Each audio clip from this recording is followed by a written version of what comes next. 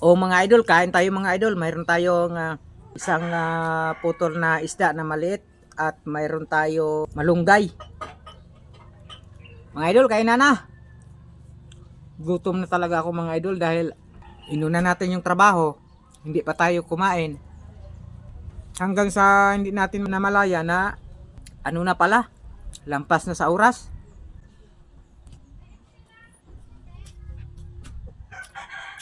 Kain na mga idol.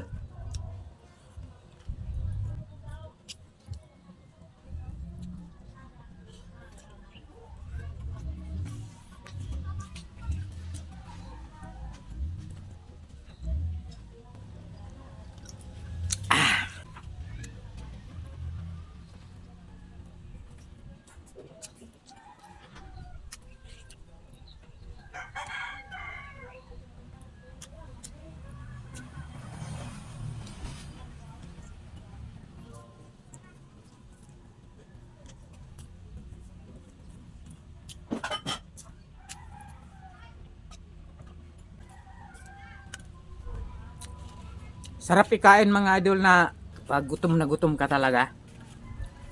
Sarap ikain.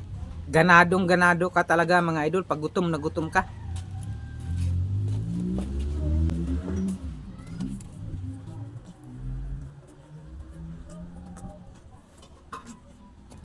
Siyempre mayroon tayong panulak.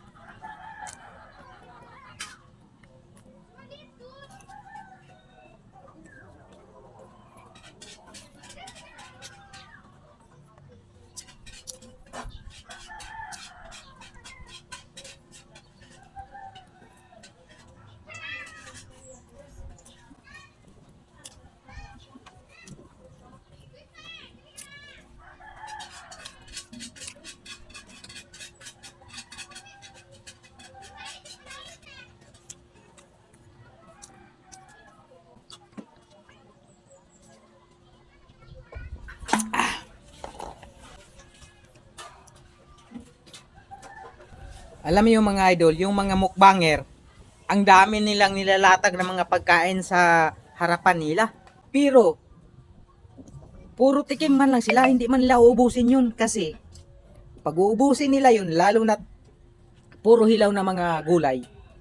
Pag uubusin nila yun mga idol, masama na yun sa kalusugan kasi puro hilaw yun. Ang mga mukbanger, pinapakita nila na ang dami talaga. Pero hanggang tikim lang sila doon mga idol. Hanggang 2 kagat lang sila.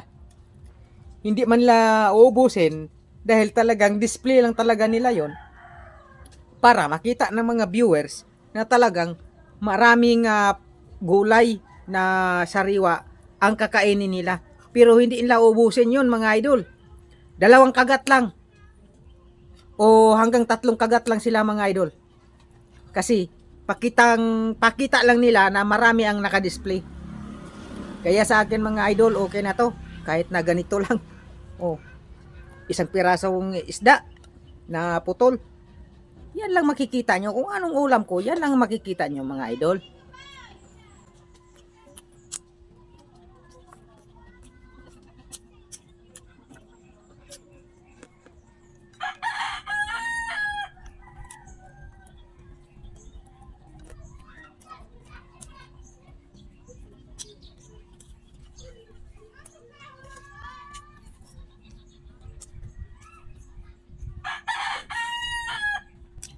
Maraming salamat mga idol. Nabusog ako sa sobrang gutom mga idol. Maraming salamat.